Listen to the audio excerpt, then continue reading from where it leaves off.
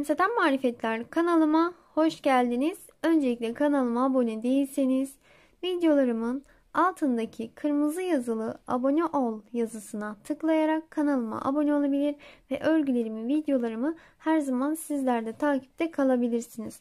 Bugünkü örgü anlatımında ise iki şişle örülen en kolay bebek tırtıl patik modeli yapımını sizlerle paylaşacağım. İnşallah sizler de beğenirsiniz ve hep birlikte denemiş oluruz. Modelimiz böyle ayağı kavrayan, sıcacık tutacak bir patik modeli. 1 saatte örüp kullanmaya başlayabilirsiniz. Sadece şu alt kısmında bir dikişimiz var. Onun dışında herhangi bir yerinde dikişimiz yok. Bir kere de örüp bitiriyoruz. Şöyle ayaktan çıkmış halini de sizlerle paylaşmak istiyorum. Modelimiz 0-6 aylık bebekleriniz için uygundur. Şu şekilde. Örülüp bitmiş hali de bakın bu şekilde. 8 diş haroşa sırası örüyoruz. 36 ilmek atarak. Sonrasında belli bir miktar 2 ters 2 düz lastik örgümüzü uyguluyoruz. Sonrasında yine 7 diş haroşa sırası örüyoruz. 8. örerken ilmeklerimizi kapatarak örgümüzü bitiriyoruz.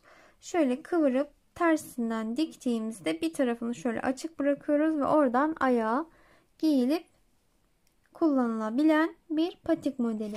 Gerekli malzemeler 3 mm şişlerim var, makasım var, dikiş için iğnem var ve patiklik ip kullandım bu şekilde. Bakın böyle büyükler için olan modeli de anlatımı kanalımda mevcut. Şimdi modelimizin yapımına hep birlikte başlayalım. Evet, modelimizin yapımına şişimize ilmek atarak başlıyoruz. Ben ipi boynuma atarak örüyorum. Başlamadan önce sizlere belirtmek isterim. İlmeklerimi bu şekilde atıyorum. Böyle toplam 36 tane ilmek atalım. Evet, 36 tane ilmeğimi attım. İlmek sayısını istediğiniz kadar yapabilirsiniz. Bakın böyle daha büyük yaşlar, daha büyük ayaklar için yapmak isterseniz ilmek sayısını ve sıra sayılarını arttırmanız yeterlidir. Şimdi ben bu şekilde başladım. Örmeye başlıyorum. İlk ilmeği her zaman örmeden diğer şişime alıyorum. Bir sonrakileri ters olarak örüyorum. İlmeği şişime aldım. İpi üzerine attım. İlmeğin içinden çıkarttım. İlmeği şişime aldım. İpi üzerine attım. İlmeğin içinden çıkarttım. Böyle son bir ilmek kalana kadar ilmeklerimizi ters olarak örelim. Evet, son bir ilmeğim kaldı. Her zaman en son ilmeği düz olarak örüyorum ki örgümün şu kenarları düzgün olsun diye. Bakın şimdi örgümün ön yüzüne geçtim. Bakın böyle çizgi çizgi daha düzgün duruyor. Burası örgümüzün ön yüzü. Yine ilk ilmeği örmeden alıyorum. Son ilmeği düz olarak öreceğim.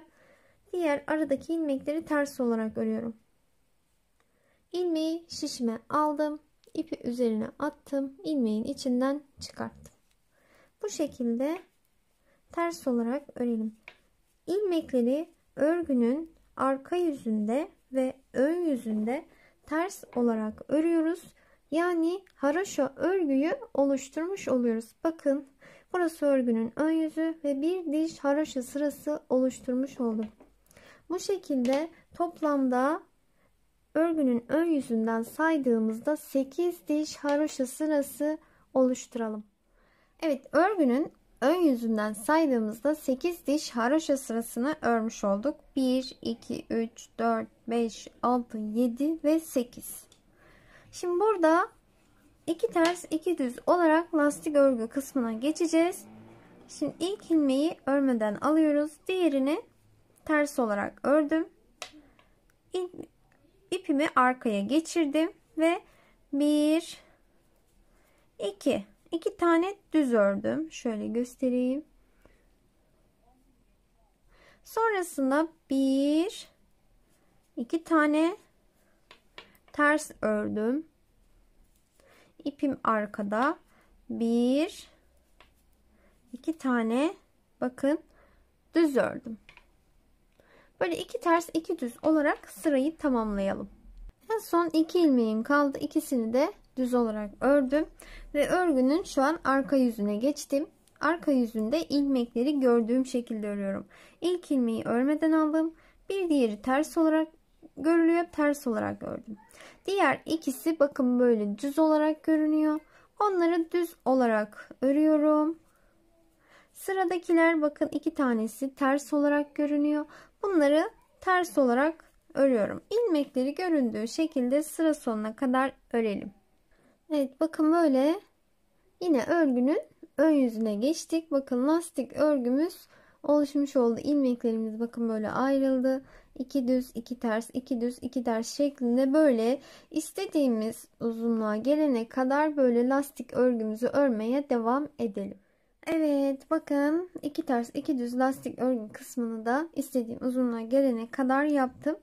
Şu bakın şöyle düz ilmeklerin şöyle bakın şöyle sıraları var. Onları saydığımızda böyle 1 2 3 4 5 6 7 8 9 10 11 12 sıra örmüşüm. Şimdi buradan sonra tekrardan tüm ilmekleri ters olarak öreceğiz. Örgünün arka yüzünde ve ön yüzünde yani haroşa örgümüzü oluşturmuş olacağız. Bu şekilde toplam bakın böyle 12 diş haroşa sırası örelim. Patiğimizin şu kısmını tamamladık. Şimdi şu kısmını tamamlayacağız ve örgüsünü bitirmiş olacağız. Evet bakın böyle şimdi de 1 2 3 4 5 6 7 diş haroşa sırası ördüm. Şu an örgümüzün ön yüzündeyiz. 8. sıramızı örerken ilmeklerimizi kapatarak örgümüzü bitirmiş olacağız. İlmeklerimizi ise böyle 2 2 ters öreceğiz. İlmeği diğer şişe aldım. 2 ilmeği birlikte ters olarak ördüm. İlmeği diğer şişe aldım. 2 ilmeği birlikte ters olarak ördüm.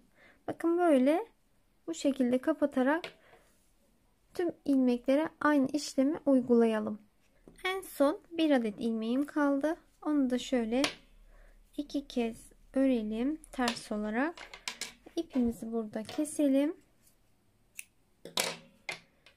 Şöyle patiğimizin örgüsünü tamamlamış olduk. Şimdi dikim aşamasına geçelim. Evet patiğimizin dikim aşamasına geçelim. Şöyle tersini çevirelim. İster bu taraftan ister bu taraftan dikmeye başlayabilirsiniz. Şimdi ben bu taraftan dikmeye başlayacağım.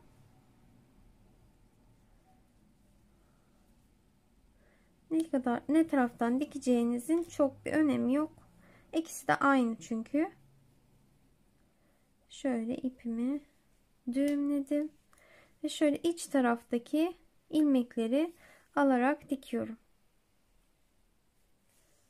Bakın şöyle değil, şu iç taraftaki kanatlarından böyle dikiyorum.